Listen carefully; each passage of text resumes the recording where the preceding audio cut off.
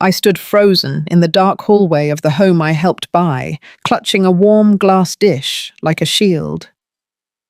Through the thin kitchen door, I heard my daughter-in-law whisper a sentence that would destroy my entire world. She said the old lady has no idea the listing goes live tomorrow, and as soon as the money clears, they are putting her in a state-run nursing home. My knees buckled. I had given them everything, and they were going to leave me with nothing. My name is Brenda. I am 62 years old, a retired pediatric nurse, who spent decades soothing sick children and working double shifts just to keep the lights on. Like many of you listening, my entire world revolved around my only child, Jamal. I raised him on my own after his father passed away. I poured every ounce of my love, my energy, and my savings into making sure he grew up to be a strong, successful man. You know how it is. We mothers give piece after piece of ourselves, believing that our unconditional sacrifice will be met with respect. We never expect the knife to come from the very hands we taught how to hold a spoon. It was a rainy Tuesday evening. The damp cold always made my joints ache a little, but my heart was full. I had spent the afternoon making Jamal's absolute favourite meal, a rich, cheesy baked ziti. I packed it up while it was still bubbling, hoping to bring a little sunshine to his and his wife Nia's evening. Nia is 31. I had always tried to be the supportive mother-in-law, even paying the down payment on their beautiful suburban home. I drove over through the steady rain, pulled into their driveway, and let myself into the side mudroom with the spare key they gave me. I wanted it to be a sweet, simple surprise. I kicked off my wet shoes and reached for the brass handle of the kitchen door.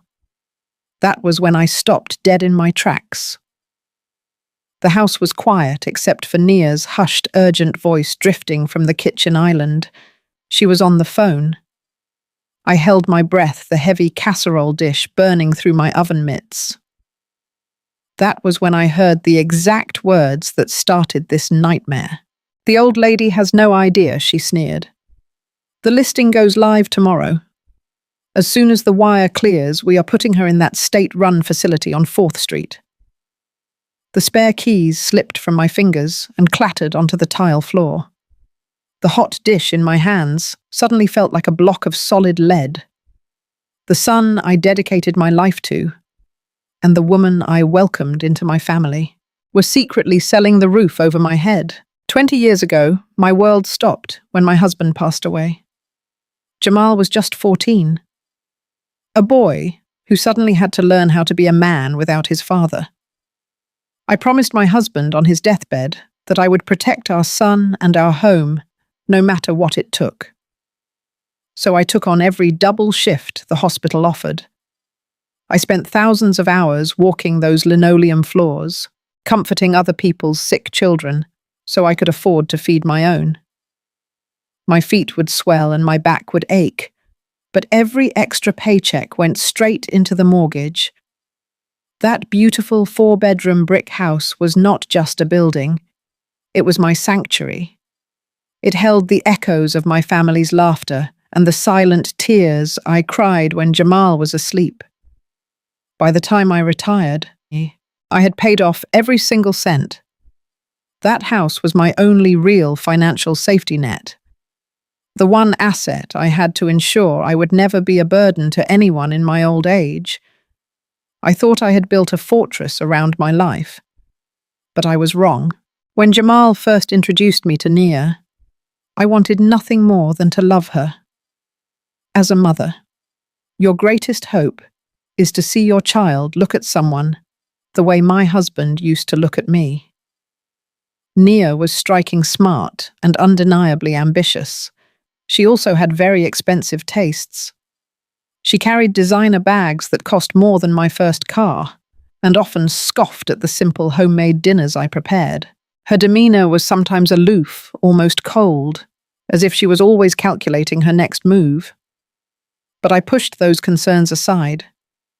I told myself it was just a generational difference, a modern way of navigating the world. I welcomed Nia into our family with wide open arms. I threw her a lavish bridal shower, baked her favorite velvet cake for her birthdays, and bit my tongue when she made passive-aggressive comments about my modest lifestyle. I wanted Jamal to be happy, and if Nia was his choice, she was my daughter too. I blinded myself to the red flags, because a mother's love always looks for the best in the people her child loves. The seed of my current nightmare was planted exactly 6 months ago. Jamal and Nia came over for Sunday dinner, bringing a thick stack of legal documents and a seemingly innocent story. They sat at my kitchen table, the same table where I had helped Jamal with his high school algebra, and told me about a new estate planning strategy. They claimed it was a standard trust agreement designed to protect my assets and avoid heavy probate taxes down the line. Jamal held my hand and looked me right in the eyes. He said he just wanted to make sure everything was organized, so I would never have to worry about legal fees. I trusted my son completely. I did not put on my reading glasses to examine the fine print. I did not hire my own lawyer to review the paperwork. I simply picked up the pen and signed exactly where Nia pointed. I believed with all my heart that I was securing a smooth financial future for him after I was gone. I had no idea I was actually signing away my present, handing them the legal right to strip me of everything I owned. I held my breath in that dim mudroom. My chest tightened so hard it felt like my ribs might crack. I pressed my ear closer to the smooth wood of the kitchen door, straining to hear every single word. Nia was pacing now, her heels clicking sharply against the hardwood floor. She was talking to her brother DeAndre. I never liked DeAndre. He was a fast-talking real estate broker who always wore suits that were a little too flashy and cologne that was a little too strong. Now his name was the center of my nightmare. I heard Nia let out a sharp, triumphant laugh. She told DeAndre that he was an absolute genius. She confirmed that he had successfully filed the quitclaim deed at the county clerk office, the very same deed I had unknowingly signed 6 months ago, when I thought I was protecting my estate. Nia said the words clearly, leaving no room for misunderstanding. "The house is legally in our names now," she bragged. "Jamal and I own it free and clear." My stomach twisted into a violent knot as she went on.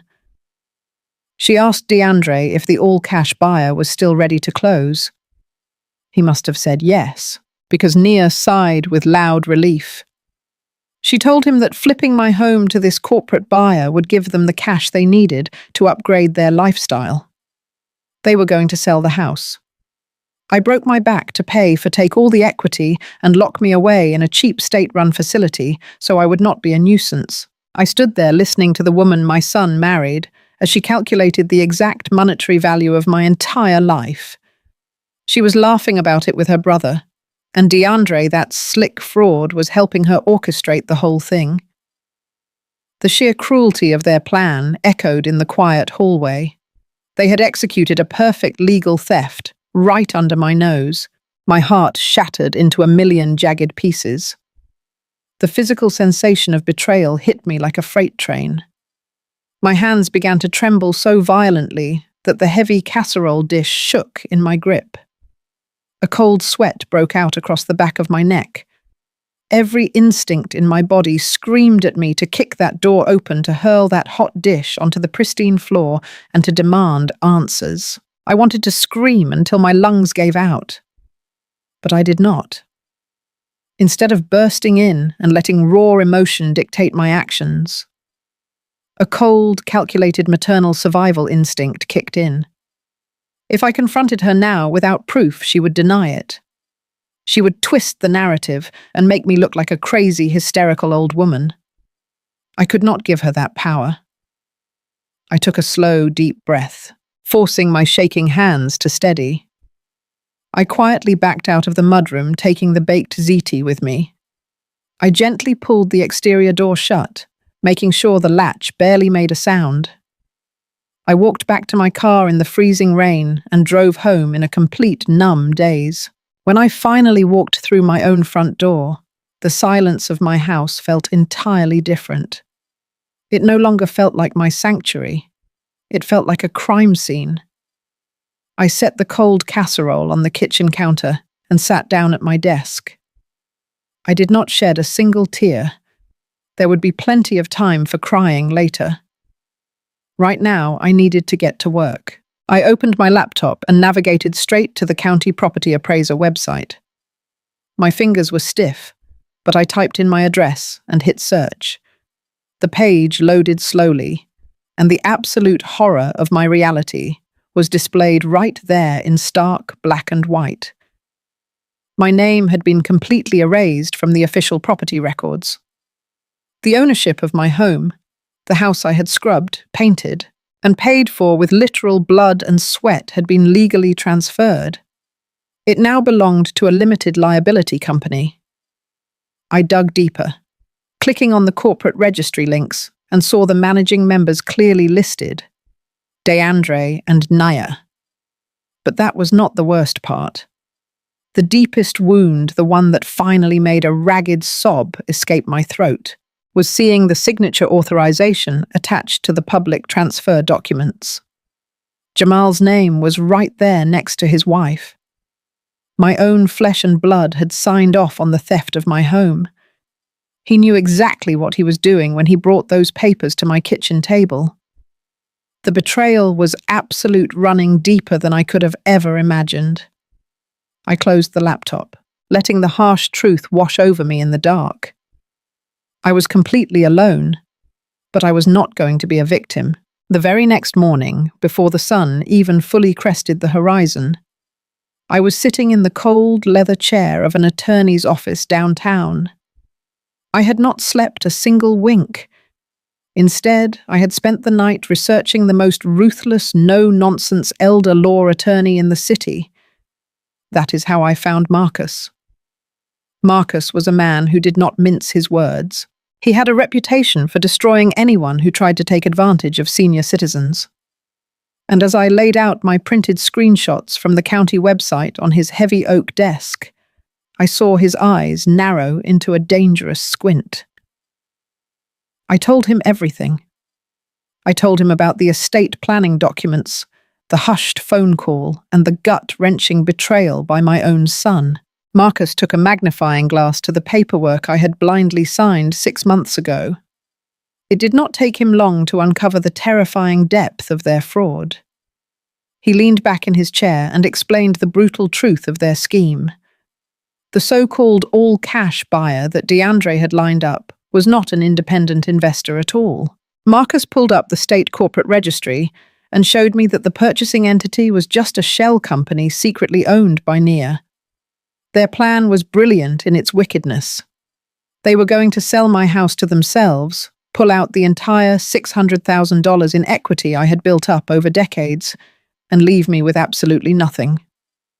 Once the money was safely in their accounts, they would have the state step in to place me in a low-income facility, claiming they could not afford my care. I felt physically sick, but Marcus leaned forward, his voice low and steady. He told me that they had made a massive miscalculation. Because they used deception to strip a senior citizen of her primary asset, this was no longer just a messy family dispute. Marcus explained that in our state, this specific type of scheme qualifies as felony elder financial abuse. They were not just facing a civil lawsuit to return the deed. If we played our cards perfectly, they were going to face serious prison time. I looked at Marcus, squared my shoulders, and told him to draw up the battle plans. I was ready to fight. Initiating my counterattack meant doing the hardest thing I have ever had to do in my entire life. I had to act like absolutely nothing was wrong. I had to smile at the monsters who were trying to bury me. That Friday, I picked up the phone and invited Jamal and Nia over for our usual Sunday dinner at my house. My hands shook as I dialed, but when Jamal answered, I forced my voice to sound light and cheerful. I told him I was making a roast and would love to have them over. When Sunday afternoon arrived, I opened my front door and welcomed them inside. The emotional tension was thick enough to choke on. Every time I looked at Jamal, My heart broke all over again, but I pushed the pain down deep. I served the roast, poured the wine, and played the role of the oblivious, doting mother. After dinner, while I was slicing the cherry pie, I watched from the kitchen as Naya casually walked around my living room. She pulled a small measuring tape from her designer purse and started measuring my bay windows. I knew exactly what she was doing.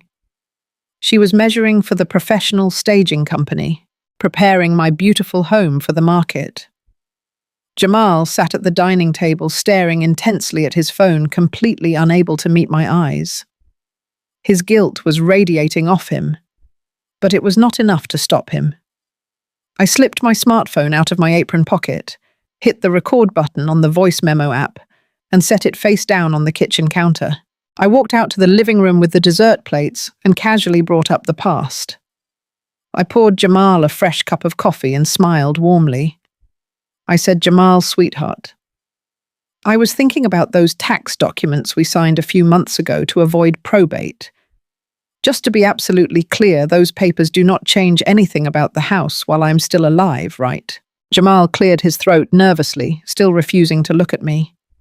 He mumbled that, "Yes, Mum, of course it was only for after I passed away.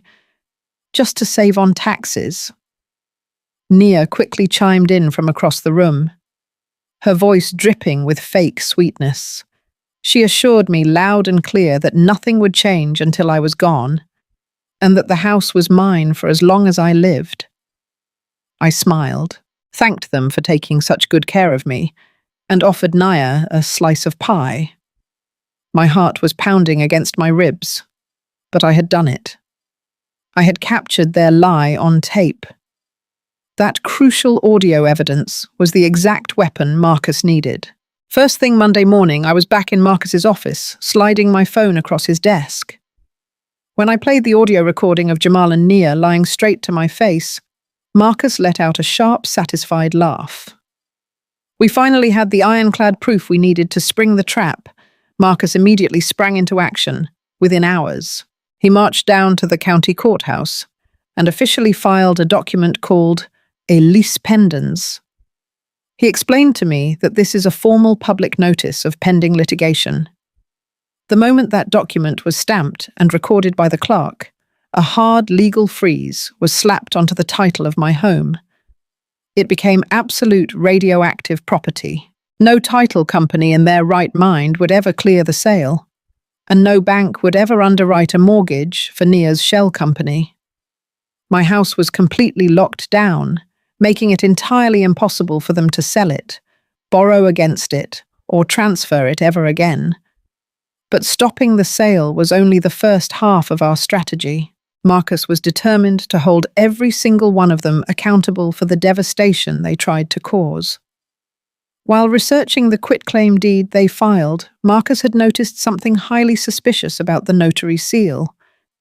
DeAndre had provided the notary stamp to make the transfer look legitimate.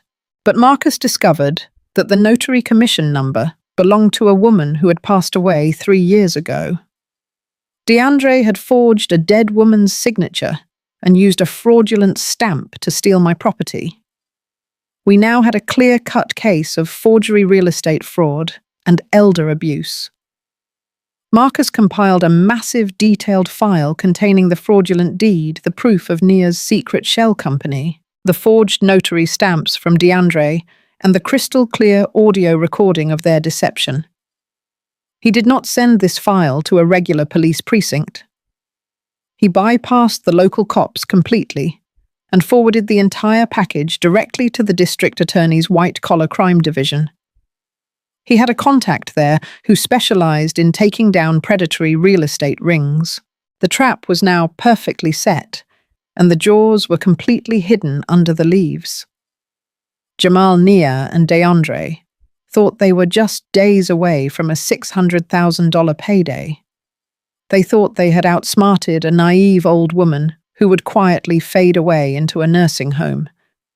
They had absolutely no idea that the full, crushing weight of the criminal justice system was already speeding directly toward them, ready to tear their greedy plans to shreds. Friday morning arrived with a crisp, clear sky, that felt completely at odds with the storm I was about to unleash.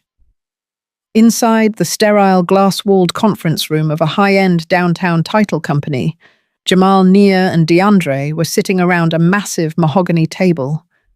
They were practically vibrating with excitement. DeAndre was tapping a gold pen against his expensive leather portfolio, while Nia was refreshing the banking app on her phone every 10 seconds, eagerly waiting to see a $600,000 wire transfer hit her account. Jamal just stared blankly at the wall, but he was there fully complicit in the final act of my destruction. They had already signed what they thought were the final closing documents for the cash sale to Nia's secret shell company. They were just waiting for the escrow officer to walk back in and confirm the money had cleared. But the escrow officer was not coming back. Instead, the heavy glass door clicked open and I walked into the room. I was not alone. Flanking me were Marcus, looking sharper than a razor blade in his tailored suit, and two large, stern-faced plainclothes detectives from the district attorney's white-collar crime unit. The temperature in the room seemed to plummet 50 degrees in an instant. DeAndre stopped tapping his pen. Nia dropped her phone directly onto the table with a loud clatter, her jaw hanging open in pure shock. Jamal looked up and all the blood instantly drained from his face until he was as pale as a ghost. He tried to speak, but only a dry, raspy gasp came out of his throat. They thought they had outsmarted a helpless old widow. They thought I was sitting at home, completely oblivious, waiting for them to pack my bags for the nursing home. They never expected me to walk through those doors, standing tall, flanked by the law, and ready to burn their entire fraudulent empire to the absolute ground. I walked slowly to the head of the mahogany table. I did not raise my voice. I did not shed a single tear. I calmly slid a thick, heavy manila folder across the polished wood until it came to a dead stop right in front of Nia. I looked her directly in the eyes and told her the sale was permanently cancelled. I explained that a lis pendens had been filed and her secret little shell company had been fully exposed. Nia tried to recover her smug, arrogant composure, stammering that I had no right to interfere with their legal property.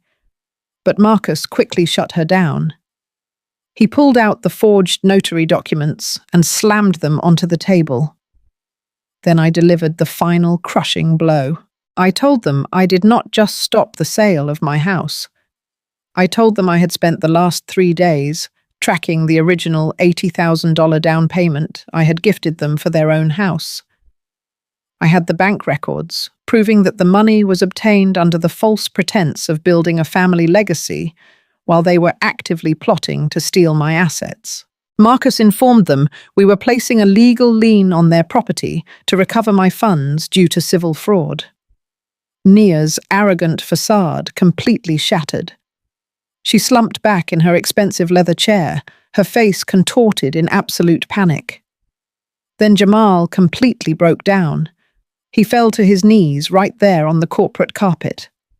He started sobbing, grabbing at the hem of my coat, begging for my forgiveness. He cried out that he was so sorry that he never wanted to do it, and that Nia and DeAndre had manipulated him into thinking I would be better off in a facility. I looked down at the boy I had sacrificed my entire life for.